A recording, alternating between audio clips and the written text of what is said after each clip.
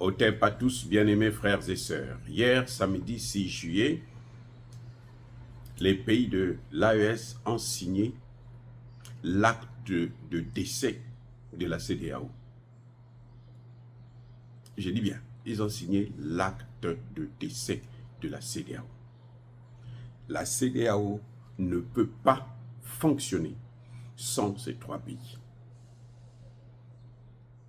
La CEDEAO devient une coquille vide sans ces trois pays. C'est pour ça que vous avez vu que les pays occidentaux se battent. Ils ont mis tous les moyens en jeu pour que l'AES revienne, ces pays-là reviennent au sein de la CEDEAO. Parce que sans ces trois pays, c'est fini. Et ces trois pays sont en train d'ouvrir un boulevard. Mais alors, c'est une porte grandement ouverte pour la libération des pays africains, de tout le continent africain. Ces trois pays-là seulement, ils sont en train d'ouvrir un grand boulevard pour la libération des pays africains. On va vous dire pourquoi. Pourquoi d'abord, ils signent l'acte de décès de la CEDEAO? Parce qu'ils ont créé une confédération. Ils deviendront désormais un État. Ça, c'est fini. Puisqu'ils vont vers la fédération. Le président Assimi Goïta, dans son discours, l'a bien précisé. Ce n'est qu'une voie. Ce n'est qu'un path, comme on dit en anglais. Un passage vers la fédération. Vous avez vu, ils ont créé un état-major conjoint de l'armée. Ils ont créé donc la force d'attente de la CEDEAO, là. Elle est déjà créée avec des pays de l'AES. Pendant qu'ils sont en train de réfléchir, mais comment on va chercher, comment on va financer tout, ils comptent sur les Occidentaux. Ouais, et là, ils vont se rencontrer là, pour savoir combien. En fin de compte, pour à peine 1500 soldats, il leur faut au moins 2 milliards 600 millions de dollars qu'ils n'ont pas. J'ai dit qu'ils n'ont pas. Ils se disent que ce sont les Occidentaux qui vont financer. Et les Occidentaux, leur objectif, c'est financer une telle force pour s'attaquer à l'AES. Mais l'AES a créé sa force pour répondre à la CEDEAO.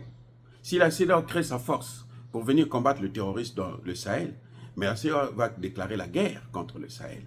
Et le Sahel est prêt à mener cette guerre-là. Les pays de la CEDEAO, là, vont se déstabiliser, vont se disloquer. Mais les mêmes Occidentaux attendent bien la dislocation du Nigeria. Vous savez ça, non? Oh, vous ne savez pas qu'ils veulent aussi balkaniser le Nigeria? Oh, je vous informe, ils veulent balkaniser le Nigeria. Et c'est à travers cette guerre-là qu'ils vont le faire. Ils vont obtenir le pétrole gratuit puisqu'ils vont séparer, enlever cette partie du Biafra, un État biafrais au Nigeria. Si le Nigeria continue à jouer avec ce jeu-là, à jouer avec le feu, voilà ce qu'il attend. Bref, le décès de la CEDEAO est signé. La force en attente qu'ils veulent créer, sans avoir des moyens, bien sûr, les Occidentaux sont prêts à payer pour eux et envoyer leurs petites troupes qui échouent là en Ukraine. Ils veulent les envoyer en Afrique, de force d'expédition pour l'Afrique. Ils veulent venir faire montrer leurs muscles en Afrique. Mais ils oublient que l'Afrique, aujourd'hui, est bien équipée par la Russie, par la Chine, par la Corée du Nord. La Corée du Nord, à elle seule, a plus de missiles que l'ensemble des pays de l'OTAN. La Corée du Nord que vous voyez là. Bref, ils ne peuvent plus le faire. Ça, ils sont bloqués. Il y a un autre aspect qui n'a pas été ouvertement établi pour des raisons que nous connaissons tous. que je vais évoquer peut-être dans une autre vidéo, c'est celui de la monnaie de l'AES. Ça n'a pas été évoqué directement, mais indirectement, ça a été évoqué. Ils ont décidé de créer un fonds de réserve, de stabilisation. Ils n'ont pas parlé de banque centrale, mais ils ont parlé de banque d'investissement. Et un fonds de stabilisation, c'est de l'argent qu'on réserve. Vous ne pouvez pas faire réserver l'argent qui ne vous appartient pas. Attendez. Tous les 3 pays utilisent le franc CFA. Non? Donc, ils vont utiliser un fonds de réserve en quoi? En CFA. Hein? Dites-moi, vous êtes sûr? En CFA, vous allez faire vos réserves en CFA? Mais c'est de l'argent que vous donnez à la France. Vous allez faire vos réserves en quoi? En dollars? Mais le dollar est en train de couler. Et le dollar est en train de partir. Il n'y a aucun pays au monde, un pays sérieux, qui veut utiliser encore le dollar. Donc, c'est un coup dur. Oui.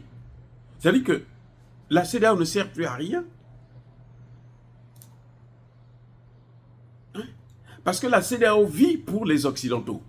La CEDEAO existe pour l'OTAN, pour l'Union européenne, pour la Grande-Bretagne, pour le Canada et autres.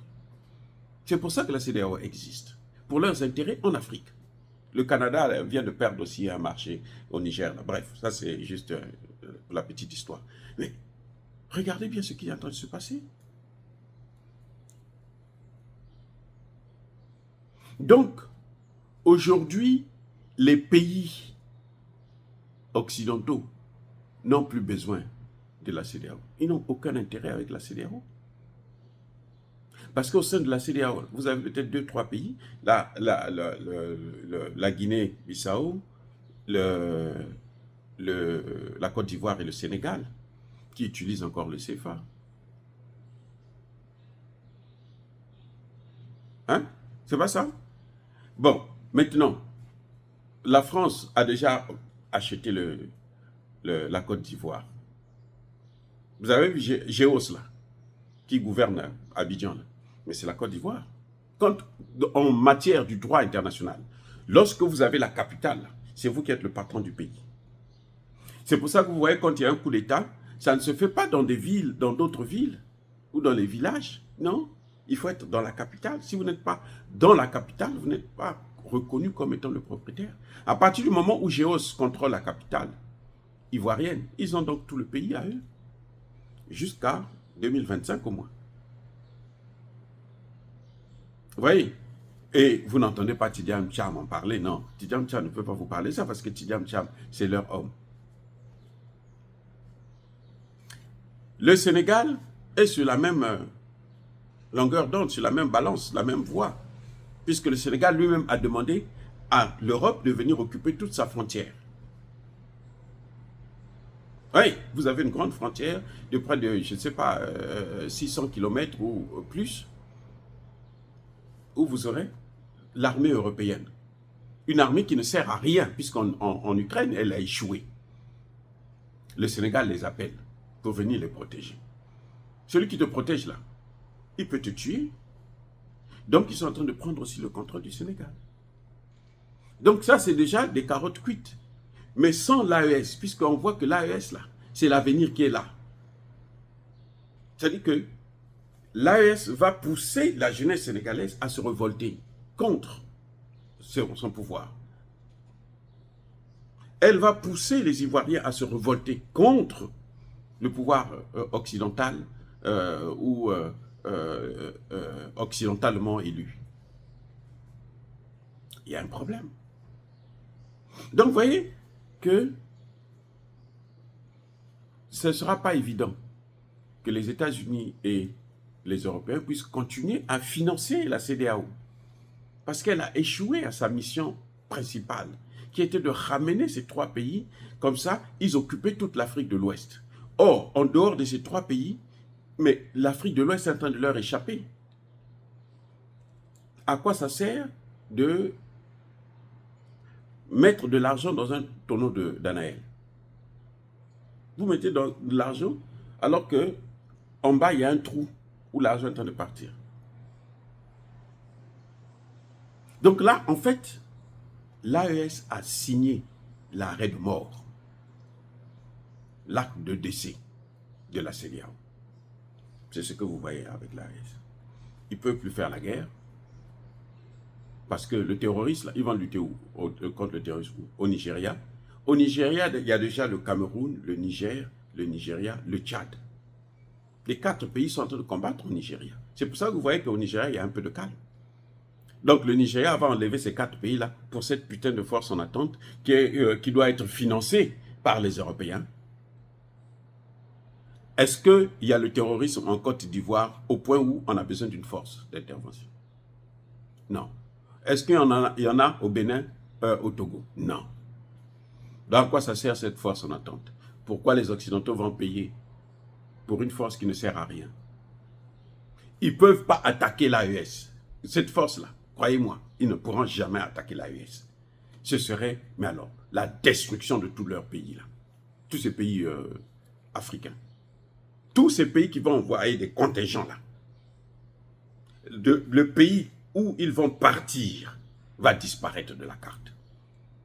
Parce que l'AES, actuellement, est hyper, super équipé. Il ne joue plus. C'est pas la RDC, hein, où Tshisekedi est en train de jouer avec ses voisins. Non. Ça, c'est pas là. Et nous ne sommes pas là, en RDC ici. L'AES, là, c'est pas la RDC. Donc, voilà, bien-aimés frères et sœurs, c'est fini pour la CEDEAO. Déjà, ils ont changé tout l'agenda de la CEDEAO. La réunion qui est en train de se tenir aujourd'hui, là, au moment où je suis en train de parler, là, cette réunion-là, n'a plus d'ordre du jour. Oui, cette réunion n'a plus d'ordre du jour. Puisque l'ordre du jour, c'était faire revenir ces pays, lancer une, comment dirais-je, démarrer la force en attente, où il n'y a même pas de financement. Les caisses sont vides. Donc, à quoi ça sert de faire une réunion où les réponses ont déjà été données la veille? Et les pays de l'AES, ils ne sont pas bien.